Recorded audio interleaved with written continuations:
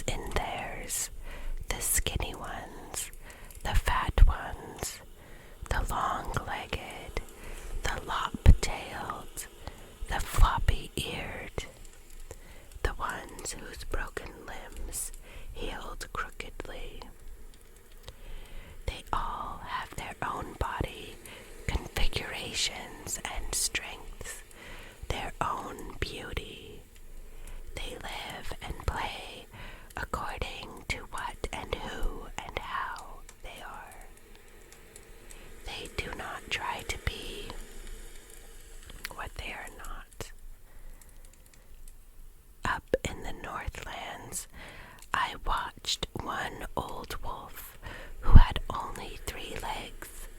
She was the only one who could fit through a crevasse where blueberries were branching. I once saw a gray wolf crouch and leap in such a flash. It left the image of a silver arc in the air for a second afterward. I remember a delicate one, a new mother, still fulsome in the belly, picking her way through the pool moss with the grace of a dancer. Yet, despite their beauty and ability to stay strong, wolves are sometimes talked about in this way. Ah, you are too hungry, your teeth are too sharp, your appetites too interested.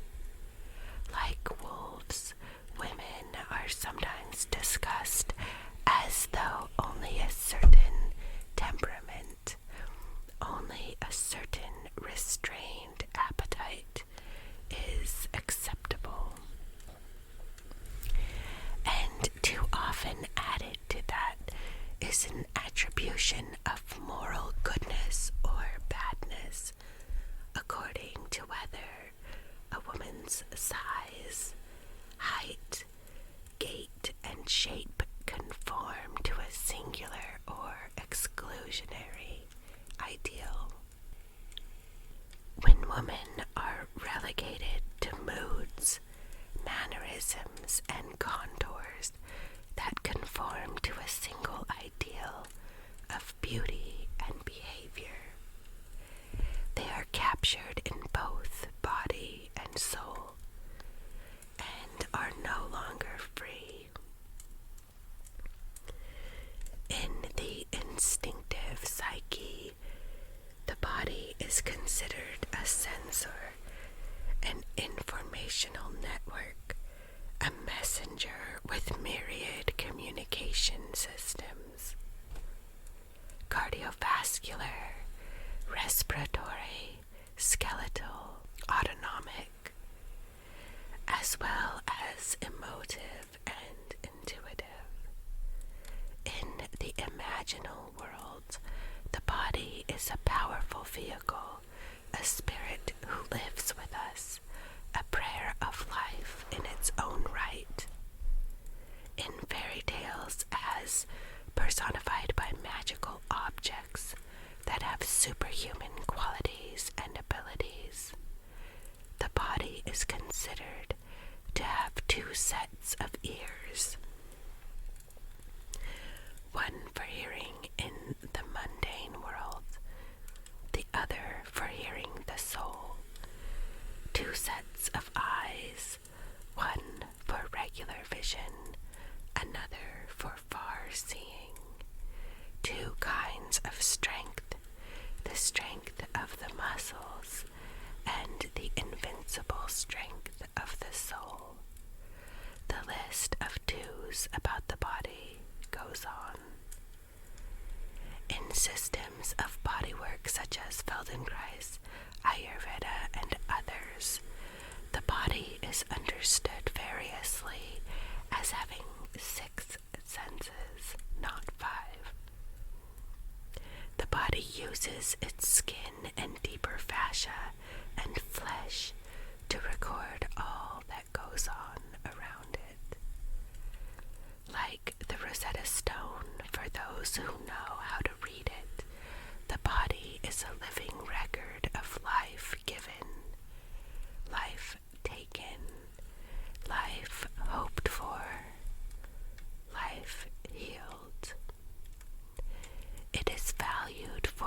its articulate ability to register immediate reaction, to feel profoundly, to sense ahead.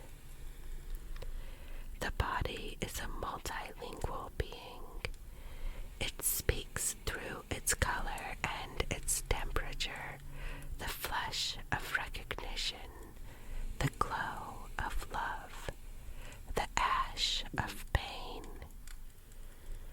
the heat of arousal, the coldness of non-conviction. It speaks through its constant tiny dance, sometimes swaying, sometimes a jitter, sometimes trembling. It speaks through the leaping of the heart, the falling of the spirit, the pit at the center, and rising hope. The body remembers, the bones remember, the joints remember, even the little finger remembers. Memory is lodged in pictures and feelings, in the cells themselves. Like a sponge filled with water, anywhere the flesh is pressed, wrung, even touched lightly, a memory may flow out in a stream. To confine the beauty and value of the body to anything less than this magnificence is to force the body to live without its rightful spirit, its rightful form, its right to exaltation.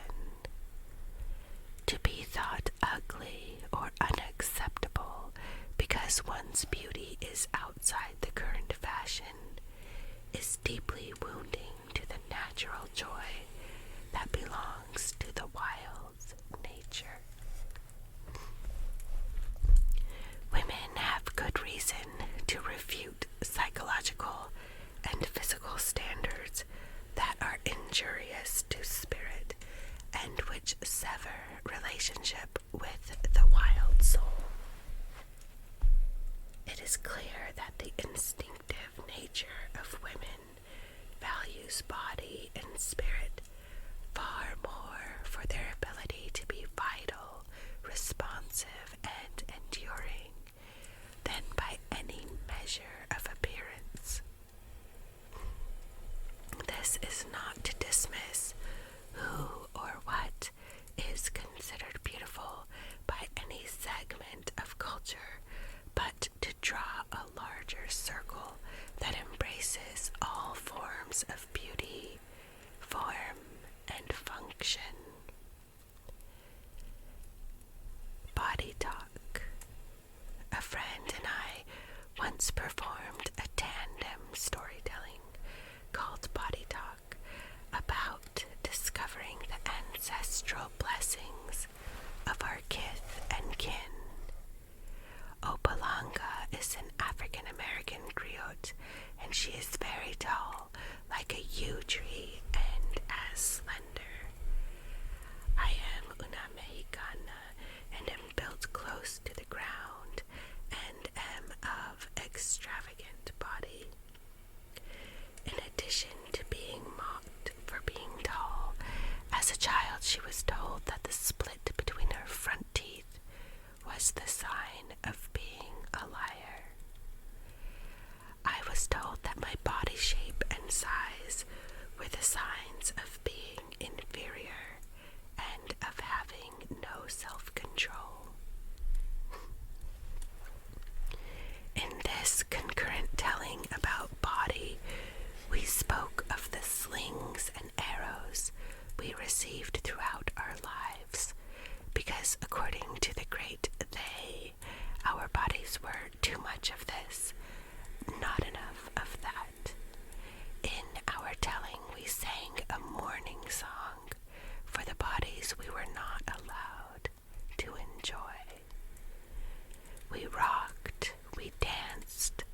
we looked at each other. We were each thinking the other is so mysterious looking in such a beautiful way. How could anyone have thought otherwise? How amazed I was to hear that as an adult she had journeyed to the Gambia in West Africa and found some of her ancestral people who, lo, had among their tribe many people who were very tall like the yew trees and as slender, and who had splits between their front teeth. This split, they explained to her, was called Sakaya Yala, meaning opening of God, and it was understood as a sign of wisdom. How surprised she was when I told her that, as an adult, I had journeyed to the Isthmus of Tehuantepec in Mexico and found some of my ancestral people who, lo, were a tribe with giant women who were strong, flirtatious, and commanding in their size. They had patted me and plucked at me, boldly remarking that I was not quite fat enough. Did I eat enough? Had I been ill? I must try harder.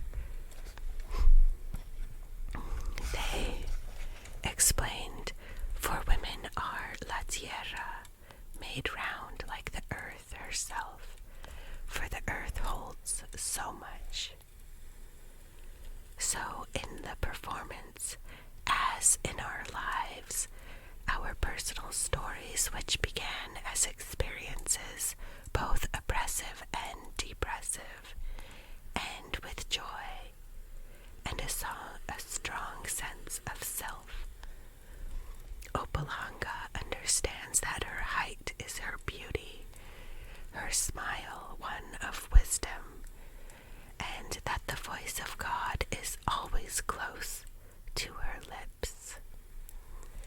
I understand my body as not separate from the land, that my feet are made to hold my ground, my body a vessel made to carry much. We learned from powerful people outside our own United States culture to revalue the body, to refute ideas and language that would revile the mysterious body, or that would ignore the female body as an instrument of knowing. To take much pleasure in a world filled with many kinds of beauty is a joy in life to which all women are entitled. To support only one kind of beauty is to be somehow unobservant of nature. There cannot be only one kind of songbird, only one kind of pine tree, only one kind of wolf. There cannot be one kind of baby, one kind of man, or one kind of woman. There cannot be one kind of breast, one kind of waist, one kind of skin. My experiences with women of size in Mexico caused me to question the entire set of analytic premises about women's various sizes and shapes, and especially weights. One old psychological premise in particular seemed grotesquely erroneous. The idea that all women of size are hungry for something, that inside them is a thin person screaming to get out. When I suggested this screaming thin person metaphor to one of the majestic Tehuana tribeswomen, she peered at me somewhat alarmed. Did I mean possession by an evil spirit? Who would have put such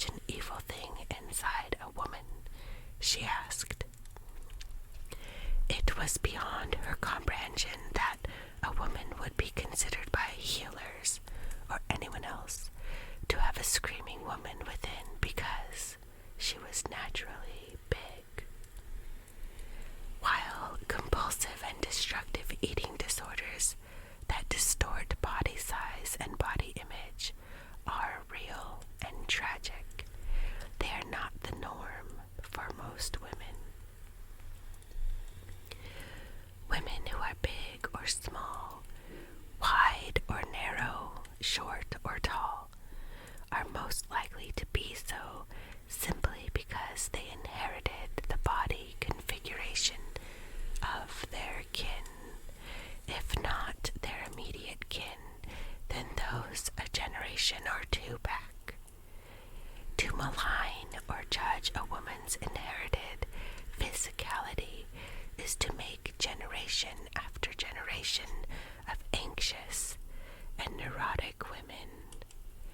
To make destructive and exclusionary judgments about a woman's inherited form robs her of several critical and precious psychological and spiritual treasures. It robs her of pride in the body type that was given to her by her own ancestral lines. If she is taught to revile this body inheritance, she is immediately slashed away from her female body identity with the rest of the family. If she is taught to hate her own body, how can she love her mother's body that has the same configuration as hers, her grandmother's body, the bodies of her daughters as well? How can she love the bodies of other women and men close to her who have inherited the body shapes and configurations of their ancestors? To attack a woman thusly destroys her rightful pride of affiliation with her own people and robs her of the natural lilt she feels in her body, no matter what height, size, shape she is. In essence, the attack on women's bodies is a far-reaching attack on the ones who have gone before her, as well as the ones who will come after. Instead, harsh judgments about body acceptability create a nation of hunched-over tall girls, short women on stilts, women of size dressed as though in mourning, very slender women trying to puff themselves out like adders, and various other women in hiding. Destroying a woman's instinctive affiliation with her natural body cheats her of confidence. It causes her to perseverate about whether she is a good person or not, and bases her self-worth on how she looks instead of who she is. It pressures her to use up her energy worrying about how much food she consumes or the readings on the scale and tape measure. It keeps her preoccupied, colors everything she does, plans and anticipates. It is unthinkable in the instinctive worlds that a woman should live, preoccupied by appearance this way. It makes utter sense to stay healthy and strong, to be as nourishing to the body as possible. Yet I would have to agree there is in many women a hungry one inside, but rather than hungry to be a certain size, shape, or height, rather than hungry to fit the stereotype, women are hungry for basic regard from the cultures surrounding them. The hungry one inside is longing to be treated respectfully, to be accepted, and in the very least, to be met without stereotyping. If there really is a woman screaming to get out, she is screaming for cessation of the disrespectful projections of others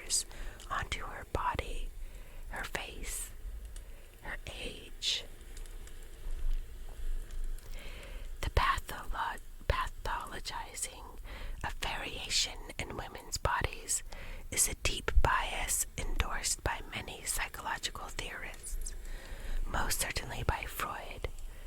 For instance, on his book on his father, Sigmund, Martin Freud relates how the entire family actively disliked and ridiculed stout people.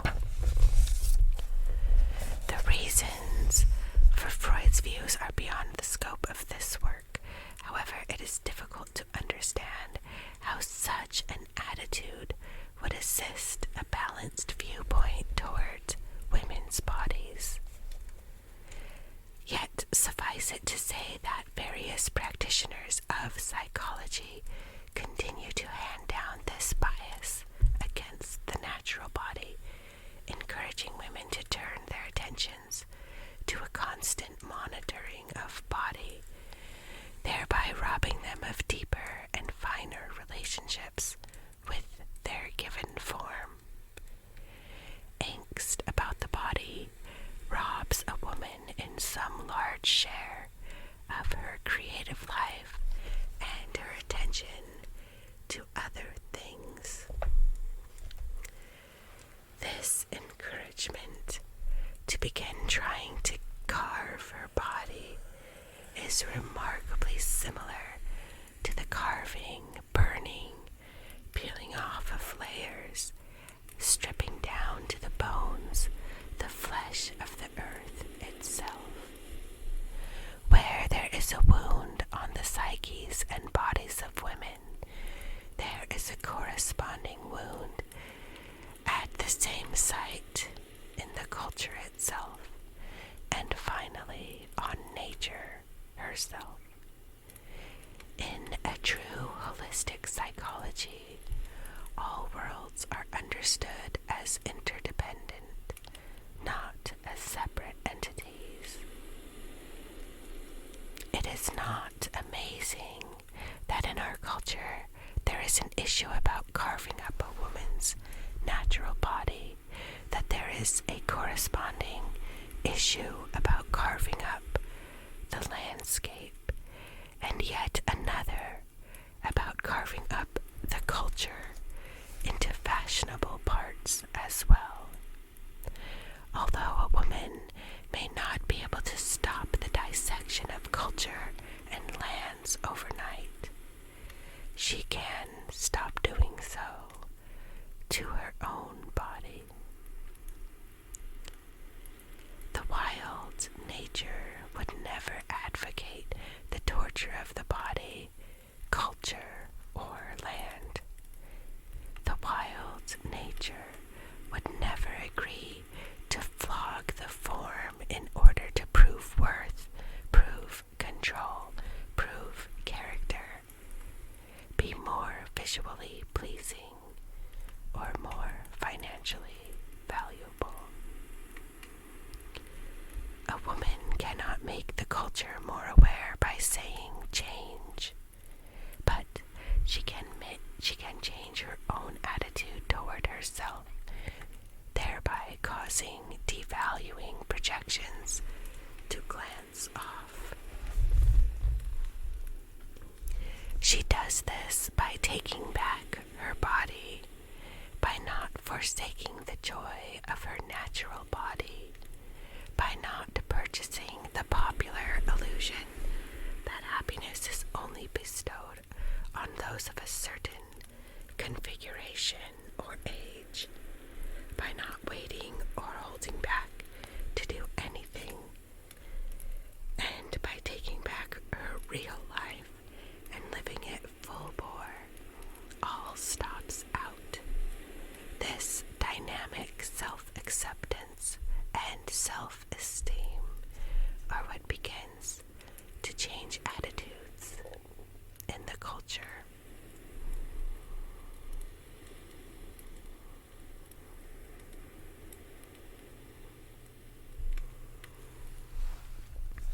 Thank you for listening. We'll stop here, even though the rest of the chapter is just as wonderful. Maybe we'll pick it up another time. Until then, love your body, love yourself,